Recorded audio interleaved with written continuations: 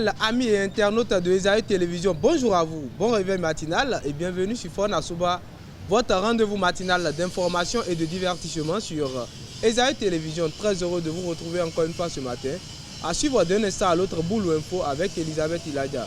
Au sommet de ce matinal, le roi de Tchaourou reçoit les bénédictions de l'empereur de Niki lors d'une visite de courtoisie. Une convention a été signée entre Niki et la Chine pour valoriser la culture béninoise.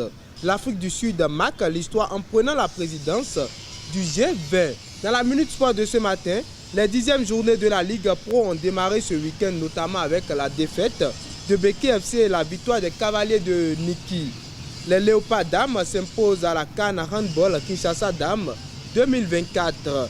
Tossin Ayegun et le FC Lorient victorieux face à Monet en Coupe de France. Après Boulou Info et la Minute Sport, on va poursuivre avec l'astuce santé pour ce matin. Sylvie Dedéou nous donnera quelques astuces pour stopper la calvitie. L'artiste du jour sera avec Elvi Kaungbe-Towo. Pour ce matin, l'artiste qui sera à l'honneur est Doko Thierry Auguste. Voilà, chers internautes, le statut de Fona Souba de ce lundi. On démarre sans plus tarder avec Boulou Info et la Minute Sport.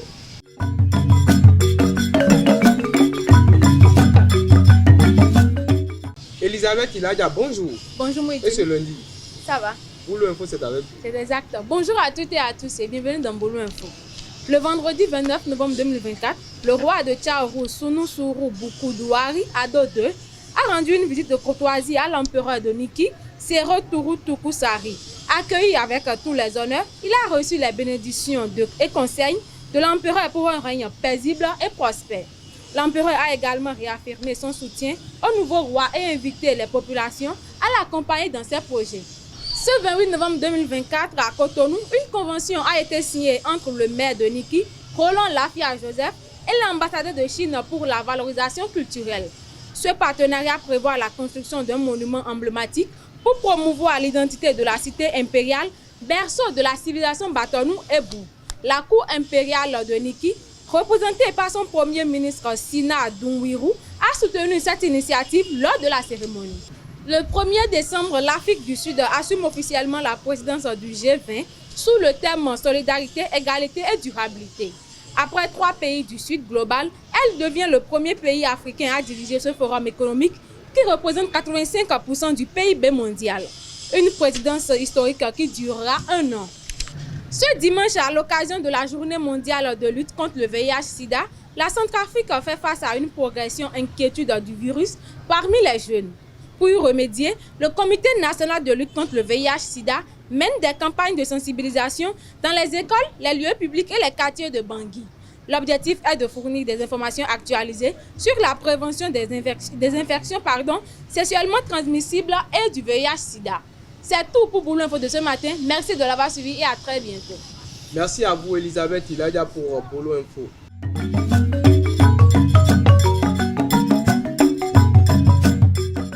Comme je l'annonçais tantôt dans le sommet de la Minute Sport de ce matin, pour le compte des 10e journées de la Ligue Pro, les guerriers de Bemberek ont chuté 1-0 face à Dynamo FC d'Abomey ce dimanche. C'est leur 6e défaite de la saison avec seulement 2 victoires, 2 nuls en 10 journées. Toujours pour les 6e journées de la Ligue Pro, les Cavaliers de Niki ont battu ce dimanche Dynamique FC de Djougou 2-0 sur la pelouse du stade Omnisport de Djougou. Une victoire qui permet aux hommes de Niki de bien se repositionner pour la course du titre. Au micro de nos reporters, suivez les impressions du coach et du capitaine de cette formation. Vraiment, je suis très content de marquer ce but. Je suis très content et aussi par mon coéquipier Faizou Para qui est le passeur. Vraiment, je suis très content. Ce n'était pas facile, mais nous remercions d'avoir remporté ce match parce que nous, le match passé, on avait un nul qui nous a fait reculer dans les rangs actuels. Mais on a l'obligation de gagner ce match. Sur notre terrain, on a dit qu'il n'y aura pas de défaite. C'est uniquement la victoire.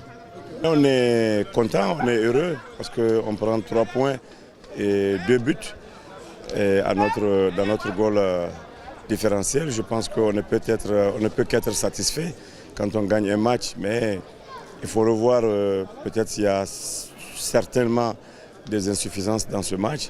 Le match a été parfois peu équilibré. Nous avons eu à faire des remplacements qui nous ont un peu apporté. Donc je pense qu'on va revoir encore le film de ce match pour voir véritablement où est-ce qu'on a péché pour continuer toujours à améliorer les insuffisances que nous rencontrons.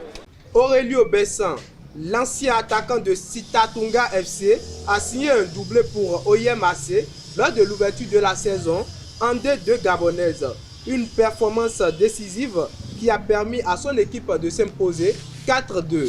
Les Léopards dames se sont imposés ce week-end 32-24 face à la Guinée et enchaînent une deuxième victoire consécutive dans la CAN Handball Dames Kinshasa 2024. Avec cette belle performance, autant pour moi, elles prennent la deuxième place du groupe B en se rapprochant de leurs objectifs. Buteur à la 5e minute du jeu en Coupe de France, l'international béninois Tosin Ayegun a participé ce samedi à la large victoire de son équipe face à Monet 5-0. Une victoire qui qualifie les Merlus pour le prochain tour de la Coupe de France. Voilà, c'est tout pour la Minute Sport de ce matin. On retrouve Sylvie Dedeo pour l'Asus Santé.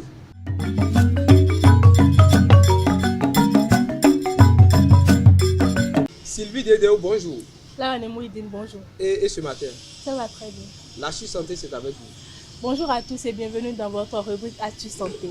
La calvitie, un phénomène souvent gênant, peut toucher hommes et femmes, bien que plus fréquente chez les hommes. Environ un tiers des hommes de 30 ans et près de 20% des femmes, après la ménopause, en sont affectées. La cause principale est hormonale. Une surproduction de dihydrotestostérone, DHT, accélère le cycle capillaire, fragilise les follicules pileux et entraîne progressivement la chute des cheveux. Comment y remédier? 3 options principales. Première option, la médecine esthétique. Optez pour des techniques innovantes comme les injections de plasma riches en plaquettes ou la méthode Lumi-Ledhead. Deuxième option, les traitements médicamenteux. Des molécules comme le minoxidil ou le finasteride prescrits par un spécialiste peuvent ralentir la chute. Troisième option, la chirurgie capillaire. Les microgreffes permettent de redensifier les zones dégarnies de manière durable. En complément, prenez soin de votre queue chevelue, utilisez un shampoing doux, massez délicatement pour stimuler la circulation, mais ne misez pas uniquement sur les shampoings anti-chute. Leur efficacité est limitée. Avec une approche adaptée, il est possible de freiner la calvitie et de retrouver confiance en soi. C'est tout pour l'Astuce Santé d'aujourd'hui. Prenez soin de vous et à bientôt. Merci à vous Sylvie Dedeo pour l'Astuce Santé. À présent, chers internautes, j'invite au plateau Elvi Kaungwetao pour l'artiste du jour.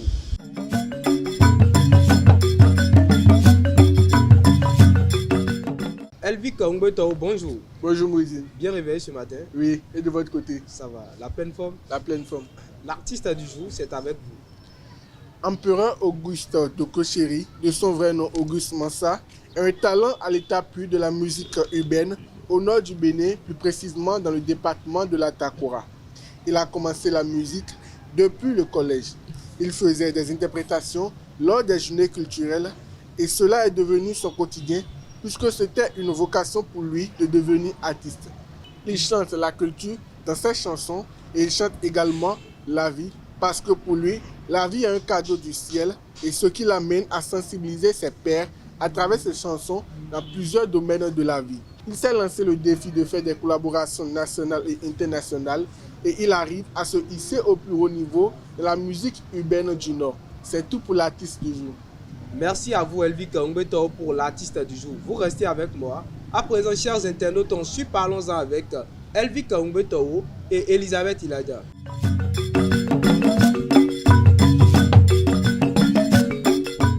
Parlons-en, c'est avec vous Elvi Kaungwetao. Bonjour à nouveau. Bonjour à nouveau Moudi. Elisabeth Iladia, bonjour à nouveau. Bonjour Mouidine. Alors, chers internautes, le sujet de ce matin est le suivant. La distance et le silence sont les meilleures réponses face au manque de respect. Pas besoin de débat, il suffit de s'éloigner. Alors, d'entrée, je m'adresse à vous, Elisabeth Iladia. Oui. Expliquez-nous un peu le sujet. Bon, je crois que le sujet dit un peu par là que, et en tout cas dans chaque situation, au lieu de réagir, au lieu de parler, il suffit de prendre cette distance, de garder le silence. Elvi Kaungwetao, vous avez la même compréhension du sujet que Elisabeth? Oui, lorsque le manque de respect commence par se poser, Lorsque tu vois que là où tu es, il n'y a plus de respect, moi je pense qu'il n'y a pas de choses à faire. S'éloigner, tout juste. Ne plus parler. C'est la meilleure des choses à faire. Quelle est votre opinion sur le sujet ce matin? Moi je suis pour le sujet ce matin parce que moi je ne me vois pas rester dans un milieu ou bien dans un endroit parmi des collègues, si je peux aller jusqu'à le dire, où il y a le manque de respect, où on ne te valorise pas, si je peux aussi le dire. Tu es là, personne ne te respecte, on te traite comme on veut. Moi, je pense que ça, comme ça ne peut pas évoluer. Si c'est dans une société, le travail ne peut pas évoluer. Tout. Si c'est dans une société, le travail ne peut pas évoluer. Elisabeth, quel est votre point de vue ce matin? Bon, moi, je suis contre. Parce qu'en réalité, si par exemple, comme il avait dit, tu es dans une société puis on ne te respecte pas, il suffit de t'éloigner, tu vas changer combien de sociétés dans ta vie en fait? Tu vas changer combien de fois? Parce qu'en réalité, si au premier abord, c'est-à-dire que quand quelqu'un commence à te manquer de respect, tu lui mets en garde en même temps, c'est-à-dire que tu lui dis en même temps que je n'aime pas ça. Même si la personne est plus âgée que toi, pas la peine d'aller et de le dire avec impolitesse. Tu lui dis poliment qu'il faut qu'on se respecte en fait. Le respect est un peu mutuel. Et puis tu t'imposes un peu. Sinon en réalité, quand quelqu'un va le faire, quand quelqu'un va te manquer de respect ou te faire du mal, et que tu te tais, tu t'éloignes, la personne peut prendre ça comme une faiblesse. Et puis va continuer. Je ne dis pas que je vais changer de société parce que je manque de respect. M'éloigner, c'est pas que je vais changer de société. Mais il y a plusieurs moyens de s'éloigner. C'est vraiment manquer de respect, mais je m'éloigne. On avait une certaine, lui et moi, on avait une affinité. Oui. On avait une manière de parler, de discuter, de faire, de barbader. Mais si je commence pas à m'éloigner, je ne fais plus certaines choses avec lui. Il va comprendre qu'il y a quelque chose qui ne va pas. Il va savoir qu'il a fait quelque chose. Donc, quelque chose cloche quelque part. Quelque chose cloche. Donc, si je lui adresse toute la parole, je garde mon silence. Il va savoir que, ouais, il y a une chose que j'ai faite, telle personne n'a pas aimé. C'est pas à tout moment. Vous savez, il y a certaines personnes, c'est au moment où tu les mets en garde, c'est à l'instant où tu leur dis que telle chose que tu as fait, c'est pas bon, ne répète plus ou pardon. C'est à ce moment il se pousse des cornes, il se voit le tout puissant, il continue de le faire. Est-ce que vous savez ça? Et certaines personnes, ils ont de très très mauvais comportements. Et oui. C'est au moment où tu leur interdis quelque chose, c'est à ce moment-là, ils voient qu'ils sont les puissants, ils continuent avec un sale caractère. Oui, je suis d'accord avec vous, Elvika. Sauf que quand quelqu'un te fait vraiment du mal, te manque de respect, surtout quand c'est entre collègues, je ne crois pas que pour la bonne coopération des travaux de la société, ou je ne sais pas trop, tu ne peux pas garder ton silence. Parce que vous allez travailler ensemble, que tu le veuilles ou pas. Oui, il y a certains travaux que vous allez faire ensemble. Et si ça continue, et si ça continue, si je le mets en garde, je lui parle, mais pourtant la personne ne veut pas entendre, et il continue, qu'est-ce que je dois faire? Ça dépend de la manière avec, ça dépend de la manière avec laquelle vous l'avez mis en garde. Par exemple, maintenant, si c'est peut-être une personne qui est un peu plus âgée que vous, et puis la personne est là, avant vous par exemple, la personne vous a manqué de respect, vous lui dites ça, et calmement par exemple, vous lui dites, je n'aime pas ce que tu m'as fait, et que ça s'arrête là. Et on continue plus avec ça. En réalité, et cette personne continue. Elisabeth, est-ce que vous savez, comme le dit un philosophe, le silence, c'est également un moyen de communication. Le fait de rester sur ses gardes, de ne pas beaucoup parler, c'est déjà une expression de ce que vous ressentez. Si, je sais, le silence, c'est peut-être un moyen de communication, mais ça peut aussi détruire. Surtout dans plusieurs situations. Si par exemple maintenant vous êtes en relation avec une fille que vous aimez vraiment et que la fille vous peut-être manque de respect, en public et que vous gardez votre calme, vous vous éloignez, vous rentrez. C'est que vous n'avez pas dit, vous ne l'avez pas dit en même temps que je n'aime pas ce que tu as fait. Tu ne recommences plus. C'est un homme du second degré ça. C'est-à-dire que tu te tais et que tu ne dis rien. Ça va recommencer. C'est comme ça, même en classe, ça se voit au cours secondaire par exemple maintenant, quand il y a un de nos camarades qui est tout le temps calme et que tout le monde lui marche sous les pieds et qui ne réagit jamais. On dit tout ça et dans un langage, celui-là il est bête.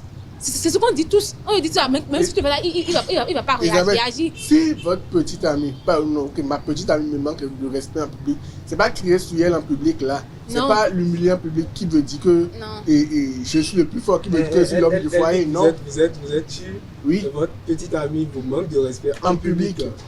C'est pas crier sur elle, c'est pas dire hey, est-ce que tu as fait là, j'aime pas ça. C'est pas ça qui veut dire que là, oui, j'aime poser mon respect. Elle va plus jamais reposer. C'est pas ça qui veut dire qu'elle va plus reprendre ce qu'elle a fait.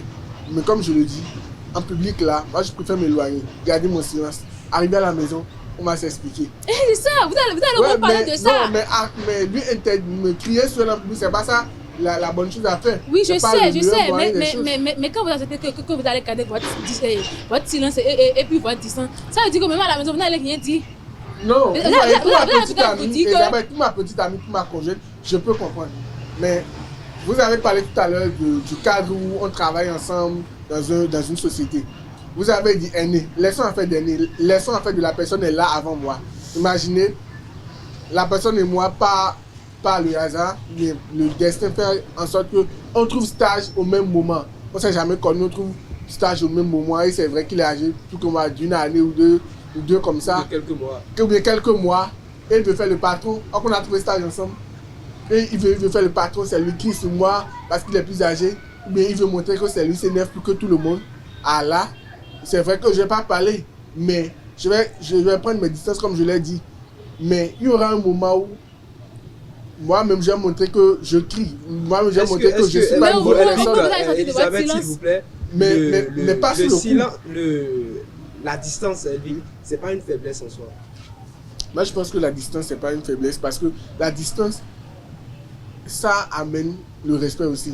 Parce que lorsque tu te mélanges à eux à tout moment, quand même ils font leur connerie et tu es avec eux à tout moment, ils vont se dire que mais lui c'est parce qu'il n'a plus autre chose à faire. C'est parce qu'il n'y a pas mieux ailleurs, c'est pour ça qu'il est toujours avec nous. Mais si tu commences pas à t'éloigner, si tu prends tes distances, ils vont savoir que oui, tel c'est que il a son côté aussi qu'il cache. Je suis toujours avec vous, Victor. Oui. Est-ce que le silence ne tue pas? Puisque, je dis le silence tue, puisque à chaque fois, quand quelqu'un vous fait quelque chose et vous ne dites pas, vous gardez ça pour vous, ça vous ronge. De l'intérieur, vous n'êtes pas. À chaque fois que vous voyez la personne, vous êtes énervé, vous avez la haine contre cette personne. Est-ce que c'est une bonne chose ça? C'est vrai que c'est pas bon de garder la haine contre une personne. Parce que c'est vrai, tu te fais du mal à toi-même. Tu ne fais pas du mal à la personne, non, mais à toi-même. Parce que tu te détruis de l'intérieur. Mais je l'ai dit, c'est pas sur le coup, on va commencer par crier, on va se dire les quatre vérités, non. Mais la personne a fait une fois, tu dis, ah non, c'est pas bon ce que tu as fait. Et il continue, il a fait. Et tu t'es éloigné. Il sait bien que c'est à cause de telle chose que tu t'es éloigné. S'il continue, c'est vrai qu'à un moment donné, on doit crier parce que c'est pas bon de toujours encaisser. Toujours encaisser, non. Il faut des fois décaisser, il faut des fois crier. Il faut dire que non, telle chose maintenant, arrête. Mais pas sur le coup directement, c'est ce que j'interdis à Elisabeth. Je suis avec vous, Elisabeth. Oui. Chez moi, où je dirais dans l'islam, on dit que on ne reconnaît pas le plus fort. Pas sa capacité de parler de... Voilà. Parce qu'on ne reconnaît pas le plus fort par sa capacité physique à contrôler les choses.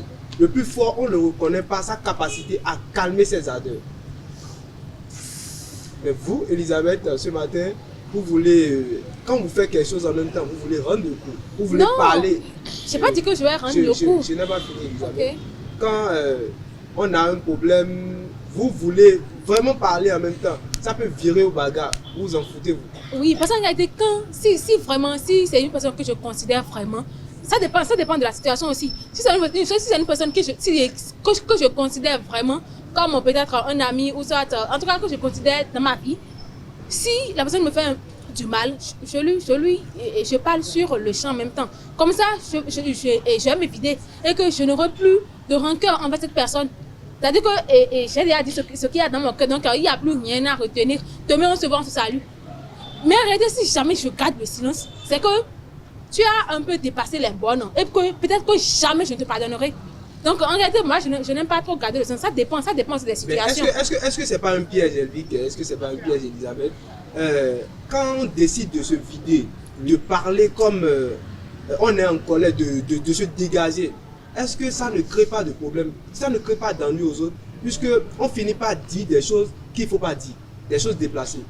Non, en réalité, quand quelqu'un veut aborder une situation, on ne se contrôle pas. Oui, quand tu veux, en tout cas, ça dépend des personnes aussi. Quand tu veux aborder une situation avec quelqu'un maintenant et que tu vois que la personne t'a vraiment fait du mal, tu respires d'abord et que tu lui dis que ce que tu m'as fait, c'est vraiment mal, je n'aime pas aimé. Et que si ça se répète une fois, deux fois, trois fois, ça veut dire que la personne ne se respecte pas elle-même d'abord. Donc là, maintenant, tu peux d'abord lui rendre le coup avant de mal lui parler. Parce qu'en réalité, si cette personne, tu lui as dit ça la première fois, tu lui as dit ça la première fois, la personne n'a pas compris. Une deuxième fois, la personne n'a pas compris. Ça veut dire que la personne ne se respecte pas elle-même d'abord. Parce qu'en réalité, tu dois d'abord te respecter avant de respecter les autres. Donc si tu ne te respectes pas toi-même... Et si par exemple, c'est une taquinerie? Tout le monde n'aime pas le taquiner, comme tout le monde n'aime pas les blagues. Donc quand tu vois cette personne, par exemple, maintenant, si je fais par exemple une blague à Eric maintenant, et que Eric me dit que qu'il n'aime pas cette blague, pourquoi je vais recommencer? C'est comme si je le provoquais. Il faut continuer jusqu'à ce Non, c'est comme si je le provoquais en fait. Non, elle a raison, c'est pas tout le monde qui aime les blagues, les taquineries. Et c'est pas un piège lorsqu'on décide de se vider un jour. C'est vrai que ça peut causer d'un nid, mais la personne va savoir que oui, telle chose que j'ai fait, c'est pas bien.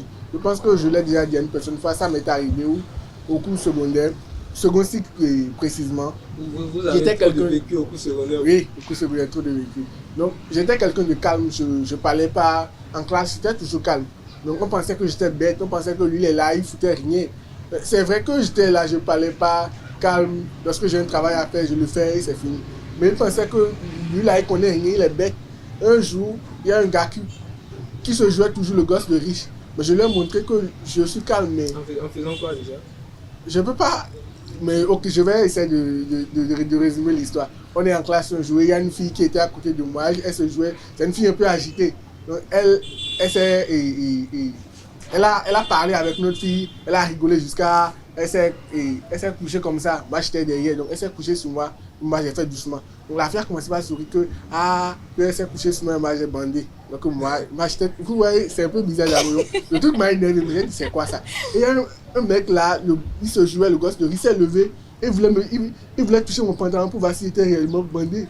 Mais moi je ne sais pas ce qu'il m'a pris. Parce que je me suis levé, je lui ai envoyé la main. Et je ne sais pas comment elle a fait, mais elle est allée derrière, c'est la chance qu'il a eue. Et ma main est passée dans le visage. J'ai encore sauté, j'ai attrapé son cou. Mais tout le monde s'est levé dans la salle pour nous séparer. C'est un bon réflexe, vous ne voyez pas Elisabeth. Elvic, vous avez quelle ceinture? Le noir, le rouge. Merci à vous, Elvic. Merci Elisabeth, il a déjà un mot pour finir. Bon, moi je dirais qu'il ne faut pas tout le temps garder son calme et puis s'éloigner. Parce qu'en réalité, quand on s'éloigne, quand on est tout le temps silencieux face à cette situation, on peut prendre ça, les gens peuvent prendre ça comme une faiblesse et continuer dans leur délire. Alors qu'en fait, toi, ça te gêne, ça ne te plaît pas. Elvic? Non, et je pense que lorsque cette situation s'impose, la première des choses à faire, c'est s'éloigner, ne pas parler. Si la personne ne comprend pas toujours continue, il faut lui montrer que oui, toi aussi tu es capable, toi aussi tu peux faire des conneries, toi aussi tu es fou dans ta tête. Donc, lorsqu'il y a des situations, c'est pas montrer qu'on est fort le problème, non. Gardez votre calme, allez doucement. La personne va comprendre. S'il ne comprend pas, montrez-lui que vous aussi vous avez des griffes. Merci Moïdi. Merci à vous Elvic, une fois encore. Merci Elisabeth Iladia. Chers internautes, c'est tout pour ce rendez-vous matinal. Merci d'être restés avec nous et à très bientôt.